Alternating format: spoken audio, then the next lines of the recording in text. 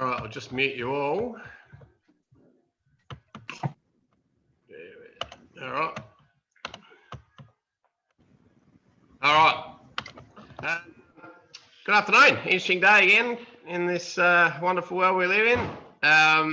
Obviously, you're all wanting to know what the announcements this afternoon mean for us this week. All I can tell you is Wednesday night training is definitely off. Other than that, it's all a bit up in the air at the moment.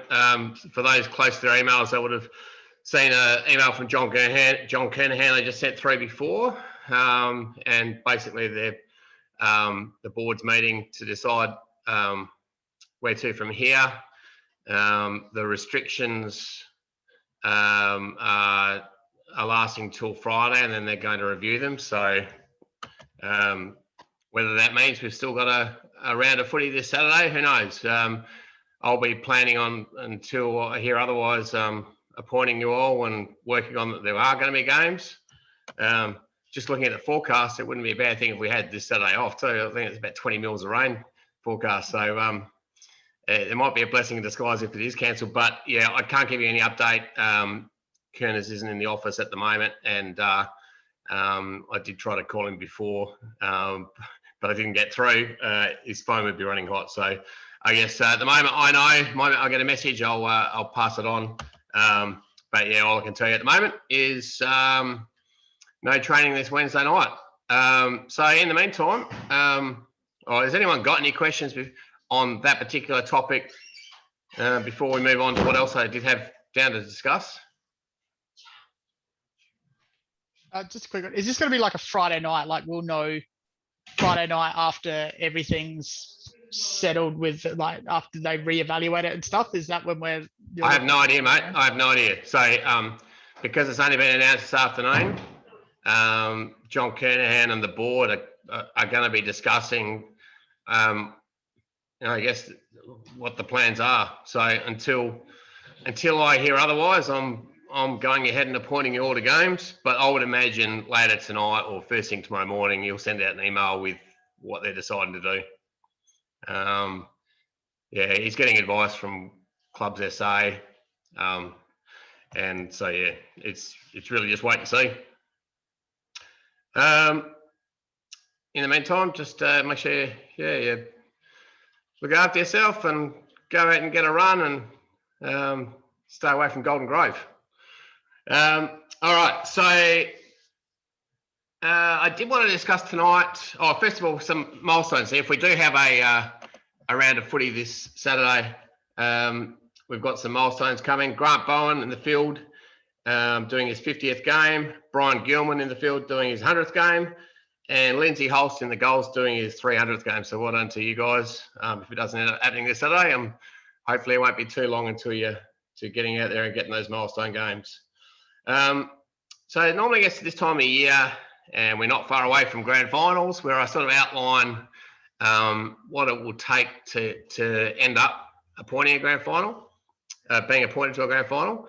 And like other years, I've come up with a list of, I guess, if you tick all these boxes, you can expect to get a grand final. And if you don't tick all the boxes, you still may be picked, depending if other umpires are unavailable or not. But yeah, for this year, to be automatically eligible to umpire a grand final, I did have it down as you must have attended at least 15 training sessions before the end of July. Because of the announcement today, we'll make that 14. We'll give you this one this week towards that total. So yeah, 14 training sessions up to end of July. Obviously have performed well throughout the minor and major rounds. So if there are any clear concerns with keeping control or anything that suggests you haven't earned your spot, you may miss out in the grand final for that. But generally, if you perform satisfactorily, you need to have been appointed to an A grade men's game in Division 5 or higher, so Division 1, 2, 3, 4 or 5. And importantly, which we're following up today with an email out to those that haven't done it yet, need to be a current Umpires Association member, and that is for field, boundary and goal. So we've gone through the records. If you're listed as not being a member for this year, you would have received an email today just to remind you to sign up. And look, it's not just about getting the grand final.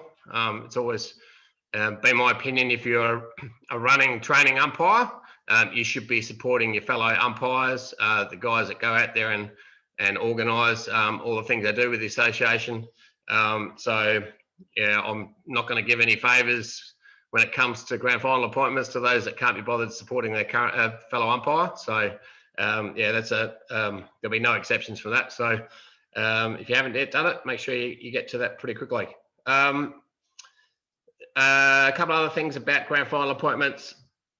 We will make it our best endeavours to have no umpire more than one grand final. So if you've been appointed to a women's grand final, don't expect a men's grand final, unless there's exceptional circumstances. Yeah, we don't expect anyone to be umpiring 2 grand finals for certainly for the field umpires. Boundary and goal is a little bit different, but I'm talking about field umpires with these things this afternoon. And as far as the running coaches, we've got a number of coaches who'd be more than capable of umpiring a good grand final. We'll only appoint them to grand finals if eligible umpires are unavailable. So they won't. Most of the or all the coaches know that they are probably not going to be running a grand final, and yeah, there'll be the backups, I guess. So yeah, as far as the Umpires Association membership goes, with the coaching notes, I will send out the list of who has signed up and who hasn't.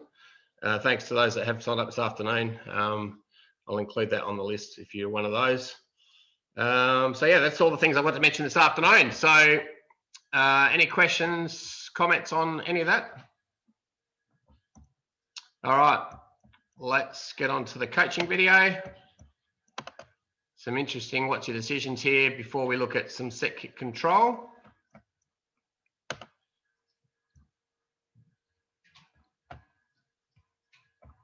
So hopefully you've had a chance to have a look at the link on the website.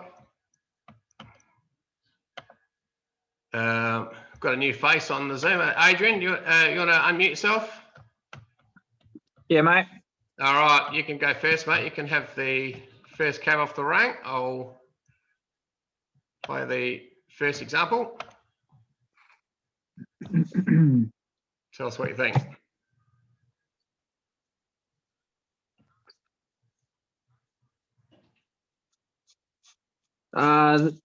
Too high there. You jumped in too quick. I know it's a bit hard to see on the Zoom if you haven't watched the video before.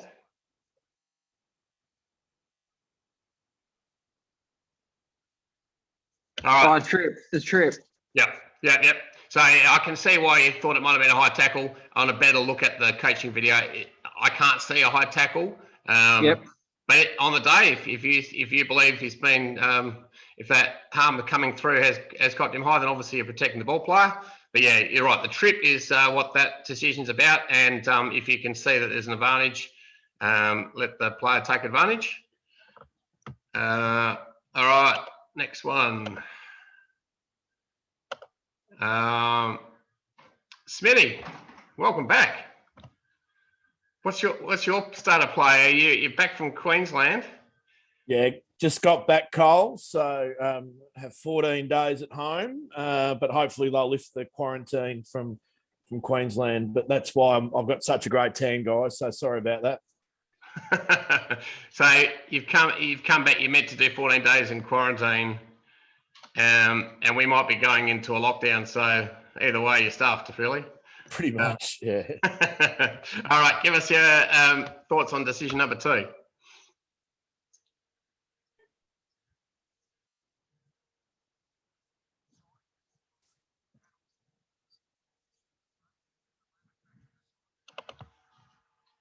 Yeah, I think high contact at the end. I'm just seeing it now on screen, but I'd say high contact with an arm. So free kick to the player who had the high contact. Yep, spot on. Don't read too much into it. There is that if you're going to try and say he, he ducked or he went down low and not pay that high tackle, read too much into it, then you're going to have a missed free kick against your name if you didn't pay that. That's actually a good ball player free kick. Err on the side of the ball player. Only call play on if you think he ducks for really, or you know that he's ducked and it's really obvious. If you're not sure whether he's ducked or not, pay the high tackle free kick. All right. Let's how about Pete Morgan? I've seen a fair bit of Pete in the last 24 hours on social media. It's just exploded across Australia. He was a man in charge of that set kick at the Kerlite Gardens and Lockley's game. So Pete, can you unmute yourself? You're still muted, mate.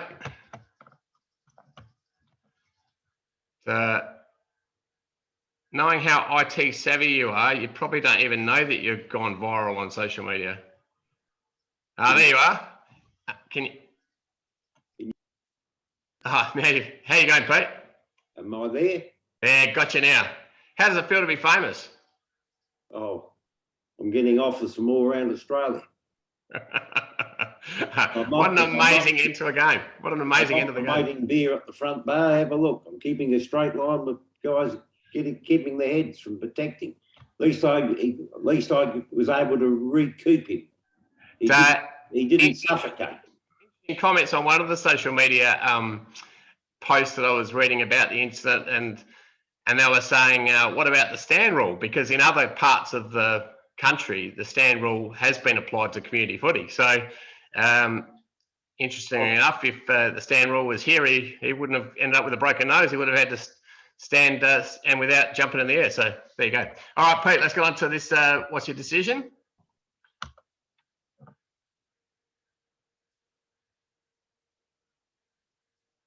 Handball. Oh, What do you think, mate? what do you think? That's holding the ball? I'm interested in what you think. Well, I'd probably still play on there. I didn't think he had a reasonable time, did he? I know he has dropped the ball. It's come a couple of times, so technically he's probably holding the ball. No. I want you to go with what you think. Tell us what you think. Don't give me the answer about what you think I'm wanting. I want you to say what you thought. I'd be playing play on. And if you said play on, you're correct. Yes. So there's no prior opportunity. No prior opportunity. Legally tackled. Ball spills free. Play on. Play on. And the only reason you would pay holding the ball there is if you believe he deliberately dropped it or it had a prior opportunity. Now you can mount an argument either in that case. I don't think he did. I showed it around the office today because that is a 50-50 call, and 50-50 was saying go with the holding the ball, but everyone in the office that saw that today said play on. He just not a prior opportunity. Yes, play on. That is a interesting decision. But Pete, back yourself in, mate. Thank you very much. All right, Greg Franks. So you can have decision number 4.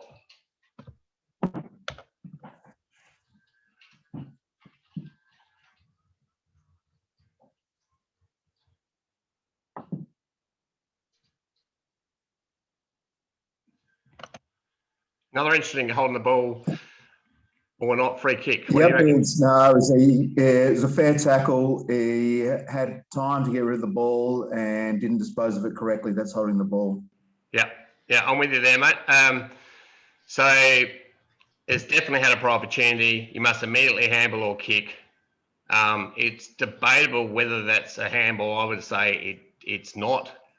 But even if he does get a handball, it's not immediate. So you could potentially pay holding the ball regardless, but I don't think he gets a proper handball in there. So yeah, holding the ball is what I was looking for. So we're going at 100% at the moment, which means put all the pressure on Sam Colella to get us to 100%. Sam, you want to unmute yourself?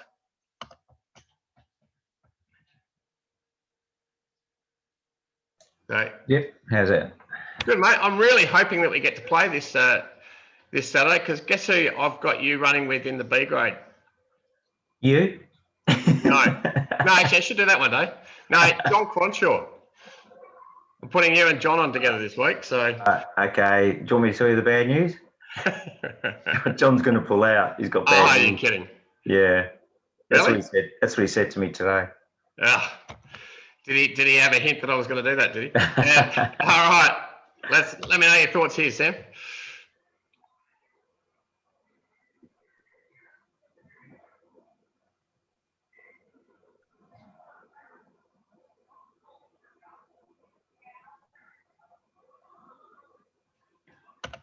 She was a bit of everything there, isn't there? He did dive on it.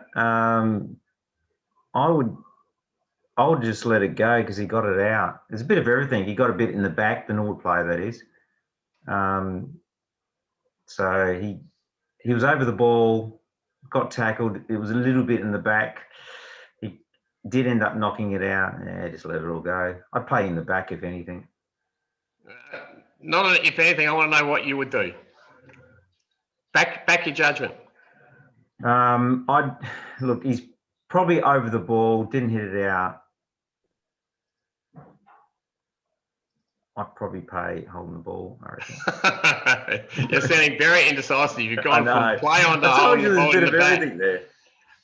Sam, what I said to Pete was go with your first instinct. What you were first saying is what I'm looking for here. In the back. No. I don't think it's an obvious. Look, if you err on the side of the ball player, we're not going to lose any sleep. I don't think it's in the back.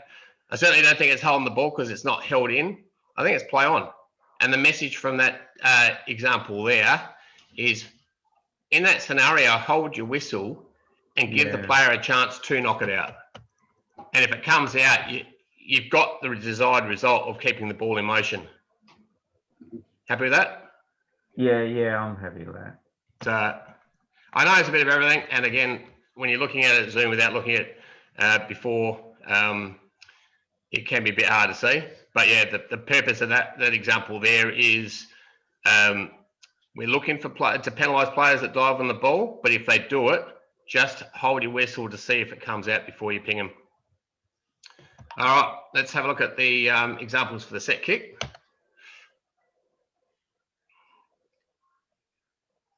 So they're reacting to what happens.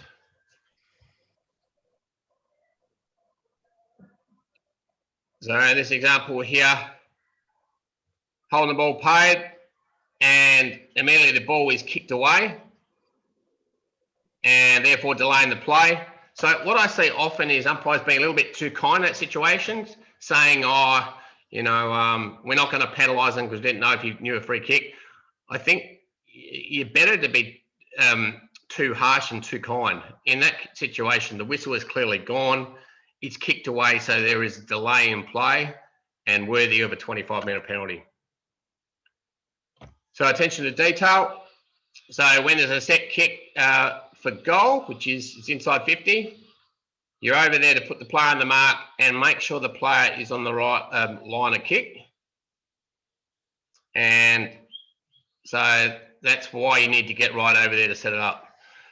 Must get within 10 or 15 metres for verbal control. Andrew Crosby, one of our umpires these days. So again, something I don't always see with our umpires is when it goes out of bounds or last possession, that the umpire gets right over it. It's important to make the effort to get over there to make sure the player with the ball is out of bounds and the player on the mark knows where he is. And that's why you can use the tap to switch the other umpire through if you need to. But always make the effort in that instance to get right over.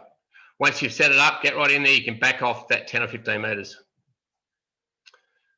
So be positive and assertive with your actions. So if you're gonna call somewhat controversial free kicks or 50-50 calls, just be positive about it. I've said before, only pay those type of free kicks if they interfere with the player, and you can mount an argument that he did. He was hovering around that protected zone. And if you choose to pay a 25 in that instance, just be really positive about it.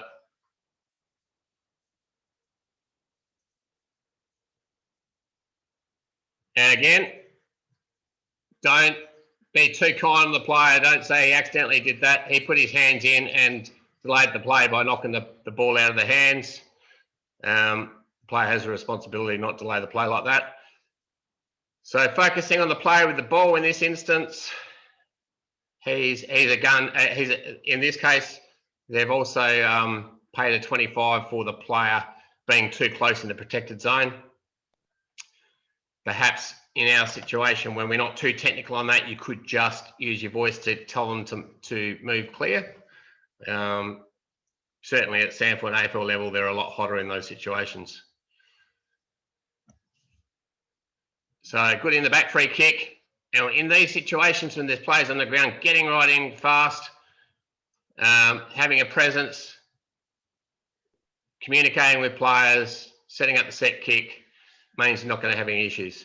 And in these cases where there is an advantage, there's a free kick paid, and just delaying to see if it's going to go to advantage, that's really well umpired in that case there. The player chooses to take advantage and it bounces to it's the right spot for him to do so. And again here, there's a free kick paid for a high tackle, and then realising the player takes advantage, you just need to be aware of where the ball is after you pay a free kick. And so some good examples there are set kick control. Let them know what you want, or they will do what they want. Nice little saying there to finish that coaching video.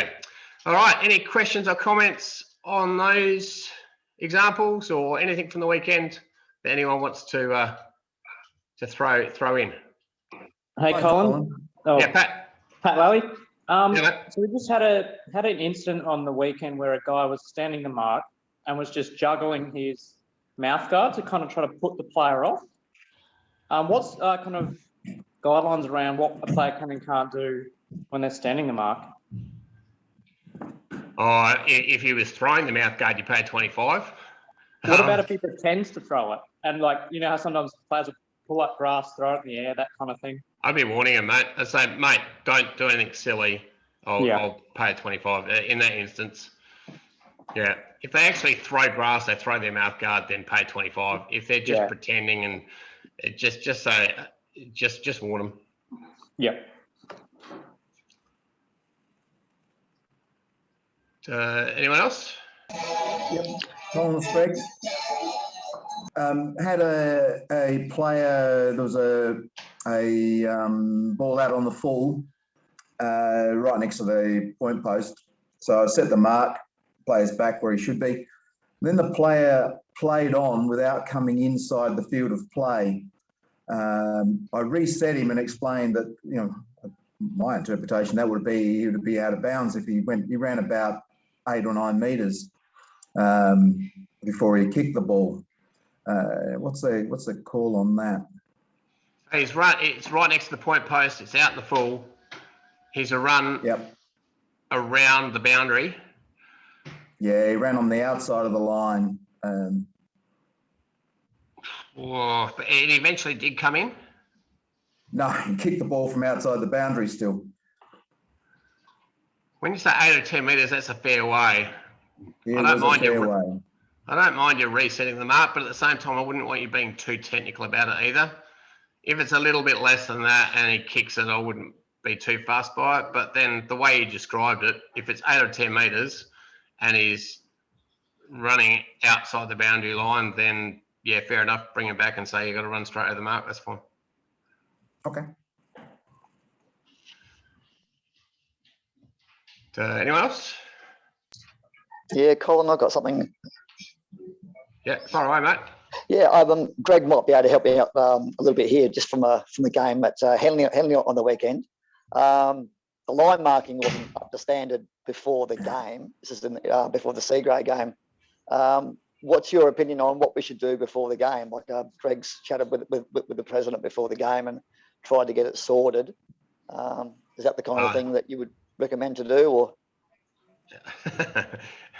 Bring on your paint and start painting. No, like, honestly, in that situation, we're talking community footy here. Just make a note of it in your app. Do your best during the game. I wouldn't get too stressed about it on the day. You can make mention to the match day official that you think that they need to tell someone in the club to do a bit of a job at it during the week. But yeah, I Yeah, wouldn't well, their response was it's done by the council. right. So you know what councils are like; they probably don't upgrade ovals too often. Really, mate, I think what we need to focus our attention on in those pre-game observations of the ground are player safety issues. I don't see that as a really big player safety issue. We just get on and play the game.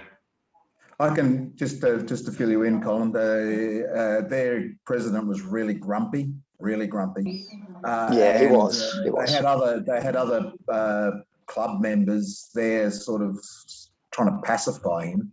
And they took control, and with a bag of flour and a can of spray paint, they did an excellent job of rectifying it. And by the time we did the A grade, me and Patrick, it was beautiful.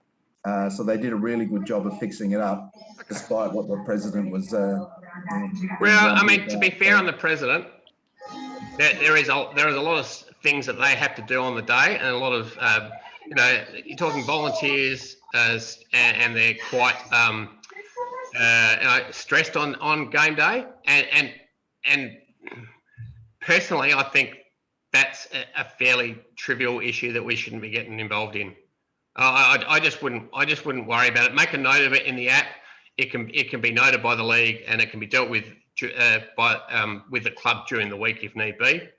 But I just wouldn't be worrying about it, to be honest. And we did note it in the app, by the way. Yeah, no, that's fine. But yeah, I can. I can sort of understand when someone who in a high-profile position is got a whole lot of other things to worry about, and they're getting hassled to worry about line markings. I wouldn't be that all that pleased with it either. But I understand, if you make a note of it during the app, that it's something that could be addressed during the week, and hopefully they get better at it in future weeks. Okay. All right, anyone else? All right, guys, stay tuned to your emails. We'll let you know what unfolds. And I'm off to get my first vaccine tomorrow, so I'm doing my bit for the community, and hope everyone else on the line, bar Bo, because I know he's a lost cause, goes out and gets theirs booked and gets done, then we can get on having a normal life. So let's hope we get to have a round of footy this week, and if not, it's just a temporary thing. All right, guys, we'll catch you, next Monday night now. Enjoy your Wednesday night off.